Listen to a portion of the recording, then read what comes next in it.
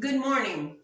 I'm Dr. Sharon Schutz with Wow Women, and this is Queen Esther, who did such amazing things for her people so long ago.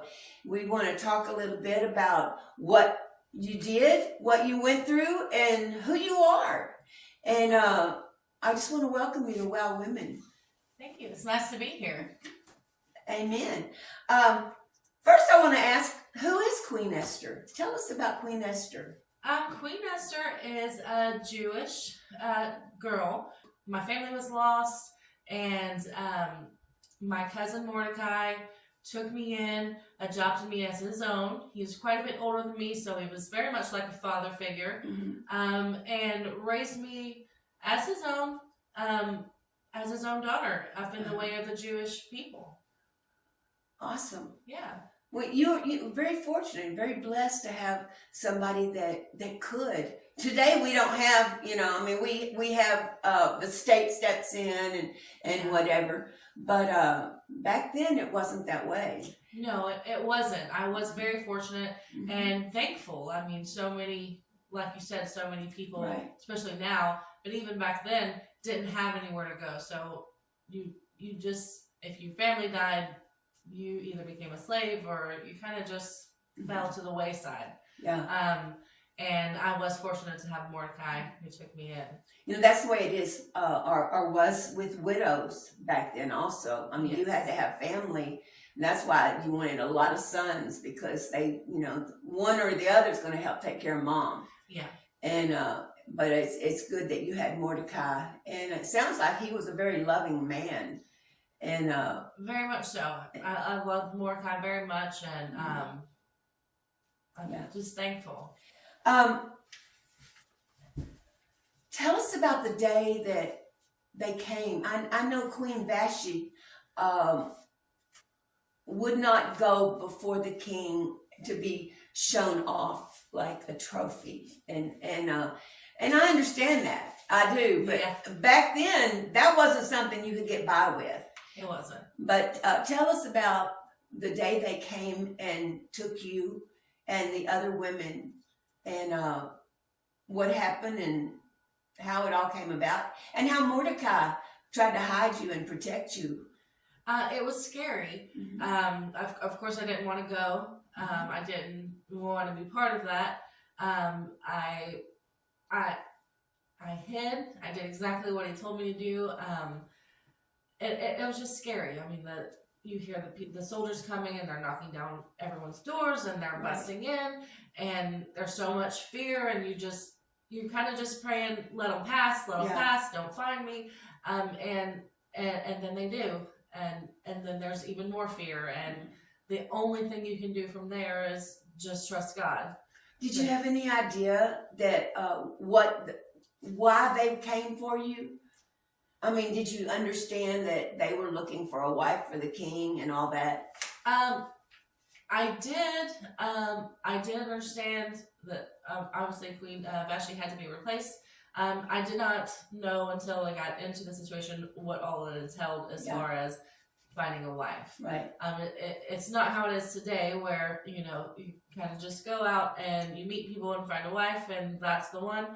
There's a big process. Right. Big process to even be introduced to the wife as the possible queen. Well, I know back then you guys had to had arranged marriages. Mm-hmm. And, it hasn't been the last 200 or 300 years that arranged marriages, kind of fell out of vogue. I mean, Yeah. but I know that there were a lot of women taken that day. Yes. And I can imagine that it was terrifying. I can. And just the thought of men coming in and just sweeping up all the beautiful women. Yes. And whether they knew what it was or not, or whether they had any idea why they were doing that, it would be terrifying. It was very terrifying, and in comparison to already losing my family and not knowing, where my place was, and then Mordecai took me in, it almost was like being ripped away from, again, losing my family twice. Yeah, I can see that. So I want to hear about the king. Tell me about him and describe him. King Ahasuerus, he was gentle. He was kind to me when I was in his presence. We did favor each other towards the end, so it turned into a good, happy marriage. I would say he was troubled of his own. He fought a lot of internally, maybe, what we would call today depression and anxiety. Right. He went a lot of back and forth of Kind his of fought his own emotions. demons. He did fought his own demons. He emotionally was kind of all over the place. But in the marriage, and to me, he favored me. So we were able to build a bond. Yeah. And have a marriage. Yeah. From it. Well, that's awesome, and that you could build a happy home and have a good relationship when you had no idea who this man was before, and when they took you into the palace, you were taken into I forgot what it's called, but it was where the women's place, and you guys went through 6 months of lotions and all this, and then 6 months of tell us about that process, and also how, as women who are competing for the same man, how that all worked out. It's a little bit of maybe a cat fight. A lot of, I mean, it was the beautiful women from the kingdom. So most of them already knew they were beautiful. They already had seekers before they were taken. Some of them maybe even were almost upon the time where they would be in an arranged marriage. So they kind of were preparing, but there was a lot of us that didn't. We weren't at that stage yet, and we kind of were just in there praying that everything was going to turn out. It was scary. Yeah. When you're in there and you know that you're amongst all the beautiful women, right. Even if you've been told your whole life that you're beautiful, it's intimidating to be there, and because at that point when it's all beautiful women, you know that the one he picks can't be just about beauty. Right. So you have to find ways to rise up. You have to find ways to set yourself apart from the rest, other than just relying solely on your looks. Yeah. I like that. You have to find ways to set yourself apart and rise up. Because I would imagine, I understand that, that the night that each of the women went in with the king, it was a night of love making, physical, whatever you want to call it. But and in the culture that you lived in, a woman who had been taken wasn't considered marriage material at that point. So what happened to the women that didn't get chosen? I mean, where did they go? What did they do with their lives? They had no life after that. They remained there in the palace. There was an area for them to go to and live out the rest of their lives, where they continued to do the beauty treatments. They continued to have the lotions and the fragrances and nonstop. And the point of that was, anytime that the king would call upon any of them, they would be ready to be presented to him. Mm-hmm. Even though I was picked as the queen, and I was Queen Esther moving forward from that, they were all still his concubines, Mm-hmm. which is basically second-hand wives, Yeah. that were at his disposal. So they could, participate and be lavished and bathed all the time, or die. There wasn't really another option for them. They could not return home to their families. What a world to live in. Yes. I know that here in 2024, it's a completely different world, and but there's still a lot of expectation from women, and which is a good thing. There's a lot of things. I mean, we like to think that we're so far above and whatever some of the thinking, but in reality, today's woman does have much more freedom, but yes, there's still that stigma. There's still stigma around certain things. Yes. Mordecai sent you a message kind of out of the blue. I mean, he you guys talked through a messenger. Tell me about all of that and what it was about, and how he got your attention. Okay. From the beginning, Mordecai told me to conceal my identity. So don't tell anyone that I was a Jew. Why is that? It was a very dangerous time for Jews in that time. I didn't question it in the moment, because Mordecai had never led me astray. Of course, he took me in, and so I looked at him as a father figure. Right. And I didn't question it there, but because he took me in and he raised me up as a Jew, I knew, and I believed in God, and I understood and accepted that God would, God was kind of putting us on our own path. He's in control of the situation. So he,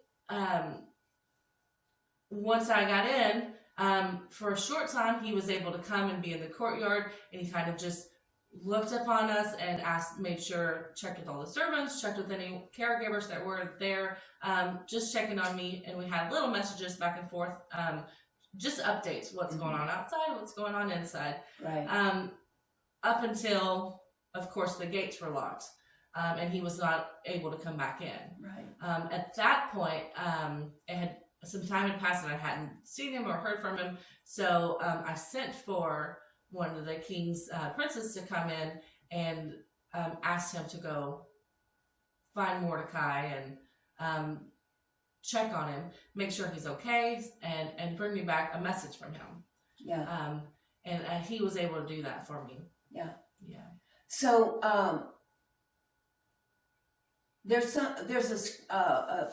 a verse in scripture that I absolutely adore. I think that way, and so many do today.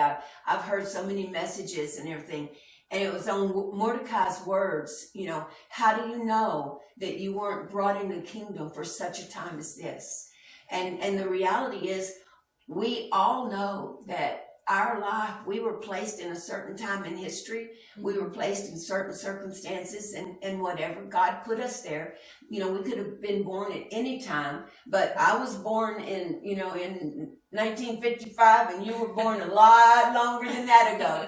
And but the thing is, he let you know that your purpose was wrapped up in what was going on. And what was going on? Tell us about Haman and what he was doing and how this all came to be.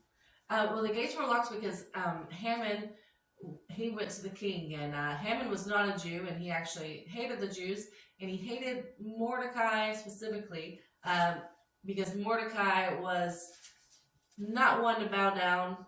not one to let the boasting of being close to the king control him. So Right. it's a lot like how the knights were. The knights weren't the kings, but they were the king's guard, and they were up around, and so they were favored. And those people had a lot of respect, and Mordecai didn't respect Haman. And if I was going to translate it in today's, so Haman went to the king, and he said, he didn't say just right off the bat, let's kill all the Jews and give a reason. What he did was he manipulated the situation to make it sound like it was the king's idea. He said, there are people in your kingdom who don't follow your laws, Right. who live by a completely different set of laws than what the king's laws are. And he said, we should get rid of those people. Those people shouldn't be allowed to live amongst all of the people that do live under the king's law. Right. It could be dangerous. It could, it could be detrimental to you as a king. And he was talking about the Jews. He was talking about the Jews. But he didn't, he kept that. Right, yeah. And so the king, in agreement, said, yeah, we don't want anyone in here. We don't want to live amongst people that aren't following the same laws as we are. Almost like rebels. We don't want to deal with those people. Take my ring and do as you please. Do what you need to do to get rid of these people. Right. And so from there, Haman took the ring, the king's seal, which was the final word, and made a decree that all the Jews would be killed at a specified time and date, and sent out the letters throughout the kingdom. Were the Jews not allowed to fight back? I mean, not then. The decree was purely to kill the Jews.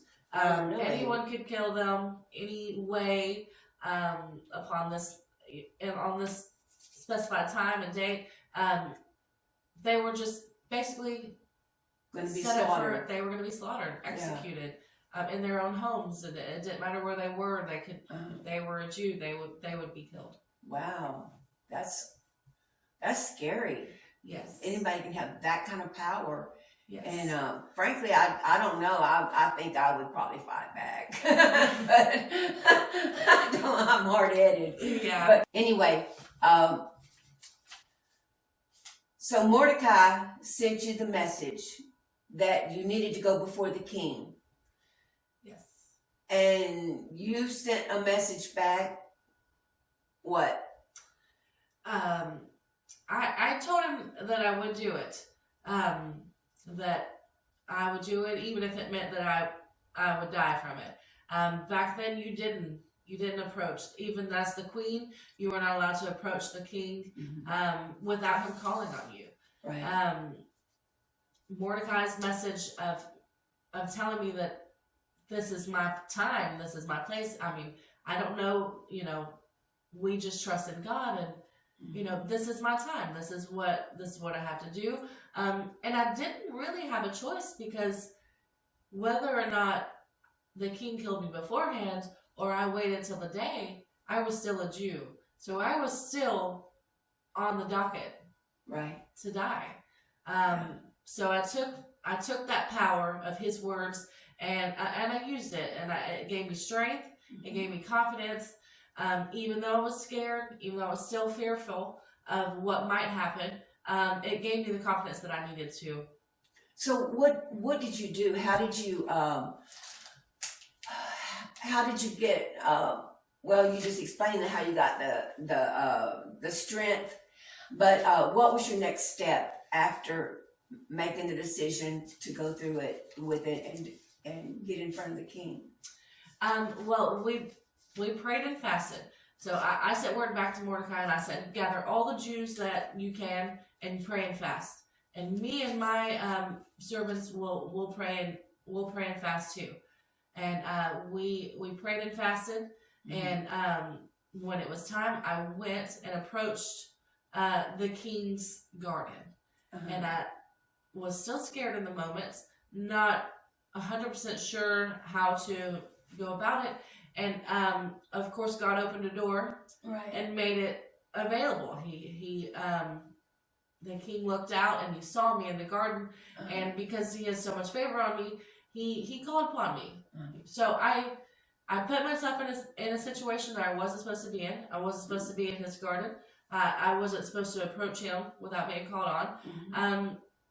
But I had prayed and fasted, and I just followed. Well, at that point, though, I understand that you were not seeing the king. You hadn't seen him in some time, and No. he was going through a lot of stress, a lot of his own battles, and so when you went before him, I can see that it would be frightening, because at that point, you didn't know if he loved you or not. Yes, and a lot of the waiting in the women, even as the queen, when you're just waiting to be called upon, that is how it feels. You're not even sure if he still loves you. You don't know if he's not calling upon other women. You don't know, you kind of lose connection for a little while. Yeah. And it's scary, and you think, well, he's found someone more beautiful because he has a palace full of beautiful women at his disposal.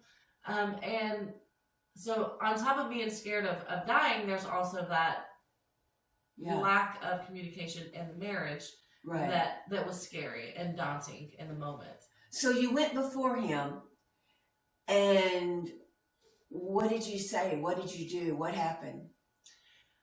He asked me what I wanted, and I told him that I wanted to host a feast, a dinner for him. Him and I also invited Hammond to come to the feast. And I did do that on purpose, because my request ultimately, I would need Hammond to be present for my request to go through. Right. So he was pretty excited. I Hammond? would say Hammond was very happy. He was pleased that the queen would invite him. That kind of made him think that he was so favored by the king that even the queen would invite him to the feast. And also, the king, he was happy about it too. I didn't ask for a lot. Of course, I had never approached him before without being called upon. So he was intrigued. He was intrigued that I wanted to have a dinner and had a favor to ask. And so he just, along with his troubles, just took that and went into his chambers and waited upon the time of the feast. Okay, and so you had the first meal. Yes. And then you had one the next day. It was, I know you had two dinners. So why 2 dinners? Why didn't you just do it all in one and, take Hammond down and get rid of him? Most of my story revolves around God's timing. And we had prayed and fasted, and when you pray and fast and you have that connection from directly after praying and fasting, you kind of have an ear for that God's voice. And I would say in the moment, God said, not yet. And so that was my cue to schedule another time. Without going through the whole hassle of not being called upon, not having to wait until the right time. So I just took that as a good sign, and it did work out, because what happened upon the first dinner, Hammond went to his family and friends and boasted. I was so proud, very proud to be asked to come. He's so highly favored by the king. And while he was out boasting, he saw Mordecai at the gate, who he hated. And it just brought him anger. And he was empowered from all the boasting and empowered from feeling like he was favored, that he took that anger out on Mordecai and went to the king to approach the king about just go ahead and killing Mordecai. Going ahead and doing away with him. What Hammond didn't know is the king also left that dinner and went to his chambers and was troubled again, as always. I'm sure he was a little bit anxious to hear what my favor would be. He was still dealing with all of his emotions and his demons that he was already dealing with. And so he asked his servants to go and bring a scroll to read to him, maybe help him sleep. And as they were reading to him, it just so happened to be the scroll that Mordecai saved his life. He had overheard some... I'll tell you what, God sure has a way of working things out, doesn't he? He sure does. And all of this, I mean, this could not have been done by, a person. There's no way that all the timing of this could have been even planned. Yeah. So it's a God thing. And when you see it unfolding, especially in real time, you feel the presence of God. Right. And you just know things are happening the way they're supposed to. So Haman is approaching the king while he's being read to, and he stops the story and he says, What did I do for this man that saved my life? What did I do for him? Well, nothing was done. Nothing was done for him. Who is this man? And so he says, it's Mordecai. And so he says, who's in the courtyard? Right about the time Haman is coming into the courtyard to ask him to kill Mordecai, he gets brought in. And again, Haman is still, proud and boasting. So the king says, what would the king do to boast someone who is highly favored in him? What would I do? What would that look like? And so Haman says, you give him all the riches, give him your ring, the seal of the king, send out letters to all the lands and let them know that he's highly favored. And Haman did all this thinking that it was him who the king was talking about. And so of course, you kind of want to, you're asking me what all you should do for me. And that's how he took it. Right. So it played out in a way that the king agreed with. And he said, yes, let's do that. Yeah. Go get Mordecai and boast upon him all of this that you've suggested. Oh, I can imagine the feeling Haman went through. Yes, so from there Haman left, and he of course did what the king had said. Right, He got Mordecai and took him around to all the lands. He lavished him in jewels and gold, and made it known that he was highly favored in the king's eyes. And of course Haman was boiling hot. Sure. He came back and went, before he even had time to gather his thoughts, he was crying to his wife, and the king sent for him that it was time for the next dinner, which he was invited to. So he came into the dinner without a full mindset of even considering what was going to happen at that dinner. Right. Because he was still so mad about having to boast the man he hated. Yeah. So what happened at that dinner? So, obviously something changed. Yes. At that dinner, what was different from of course it's different now because these events have happened. Right. The king at the first dinner didn't even know about Mordecai saving him. He didn't even realize that he had never, praised someone anyway for that. So the king at the second dinner had Mordecai. He was highly favored, and he had Mordecai on his mind. And Haman was very angry and distraught. Yeah. So he wasn't thinking about his next move. He wasn't thinking. So the timing of that worked out great because there I approached the king. He says, what's your request? And I say, well, I want to request for my life. I want to be saved. I want my people to be saved. I want us to live. Had the decree said, that we would have to be bonded or slaves or sold, I wouldn't say a word. But the decree says that it is of death. And so the king says, what are you talking about? Right. Who would do such a thing? Who has caused this? I say, Haman. Haman made the decree. And he's here with us. He made the decree. to kill me and all of my people, which would be all the Jews. So the king was upset. He stood up. He was so upset he had to go outside and get some fresh air, which is what he did. While he's outside, Haman gets up and he is begging me, please don't do this. Please don't have the king kill me. Please, begging and crying.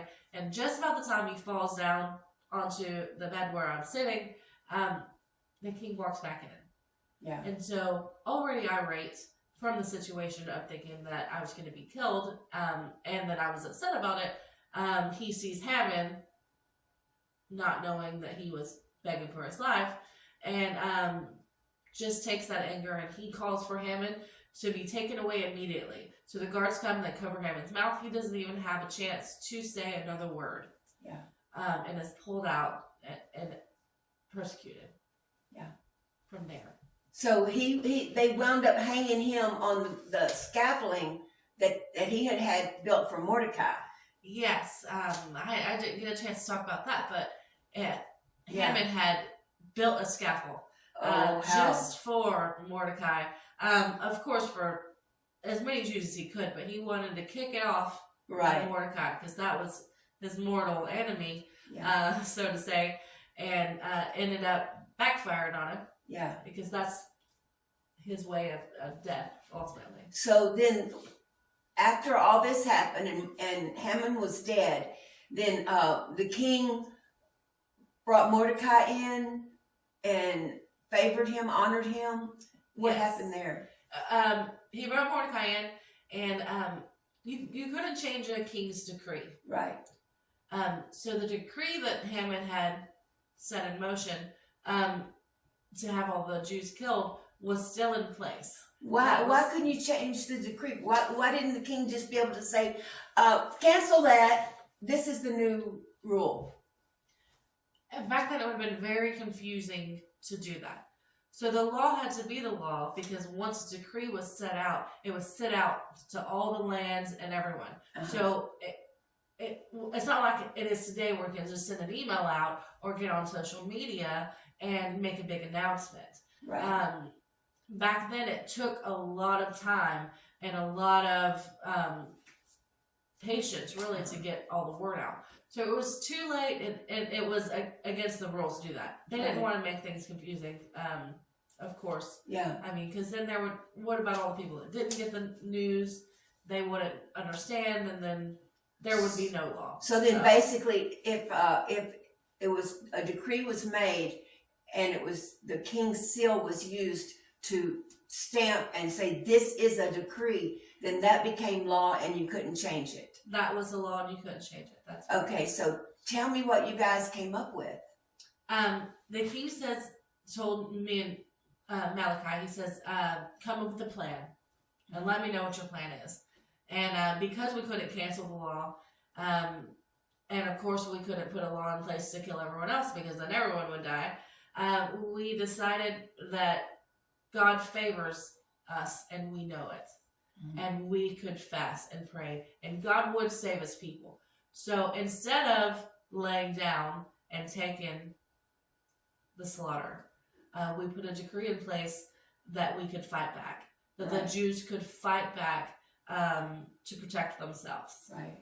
On the day. So a lot of people died that day. A lot of people did still die that day. Yeah. It's an awful thing mm-hmm. to think that a whole nation of people would be executed purely on someone's emotions. Yeah. Especially hate and anger. Hate and anger. It's awful.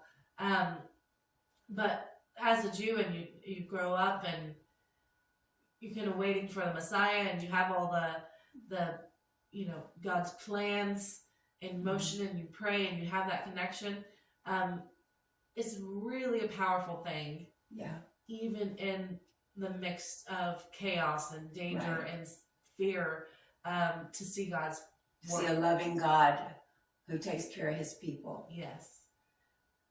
That's awesome. I do want to talk about one more thing before we finish this up. Okay. And that is the Feast of Purim. Purim. Purim. Her. And one of the things that's got us doing these interviews and interviewing people like you who were there, who experienced it, who has written about it in the very Word of God, is to see how women have affected their world for God, even as far back as Eve, as far back as different ones in the Bible, and all through history, women have had to overcome cultural norms, cultural bondage, and you did, and so because of all this, and you created the Feast of Purim, and I just tell me a little bit about it. I looked it up, and I'll read it. It says a Feast of Lots. It's a biblical Jewish festival known for extravagant costumes, the exchange of gift baskets, performances, and a feast. This joyous celebration commemorates how ancient Jews were spared from massacre during the Persian Empire. Yes. And that was something that you did, not just in the fighting for your people, but you are I'll say, first woman, probably the only woman who actually set up a feast and a celebration day for the Jews that has come historically. They still celebrate it today. Yeah. And there's not been another woman who, everything else has been decreed by a high priest or something. And so tell us about that. Tell us how that came to be, and how you decided to come up with this feast. More of God's blessings. I was in the situation as the queen to make such a feast. And it was a celebration, because although many lives were lost, there were so many lives that were saved. Right. There were so many people that, God's people, that were still able to move forward. And it was an exciting time. So followed by chaos and murder, basically. Yeah. There's a feast. And it's a celebration, because they didn't take us out. The original plan was not bigger than God's plan. Right. And nothing will outweigh God's plan. So it was a celebration. And Right. so we just have to remember that even in the hard times, even when we don't know what's going on, the victory is still ours. Right. Because the victory will always be God's. And speaking of victory, ultimately, through this process, I know that when you went before the king and you were afraid for your life in doing so, at that point, he loved you. But after all of this, I understand that your relationship changed, and he fell in love with you, and your relationship became deeper and real in a sense that it never had before. Yes, it did change for both of us. I was so scared to approach him. Not that the situation changed; the rules were still in place. There was still the concubine of women, but our connection was different. Right. We did have a chance to fall in love. That was a big impact on our, not just my nation, but our marriage. Right. And moving forward, which a lot of kings didn't have because they had so many options because they were the king, we were able to embrace as husband and wife, not just king and queen. That's awesome. Well, thank you so much for coming in and sitting down with me, Esther. This has been so revealing, and I've enjoyed it. Thank you. Me too. I appreciate it.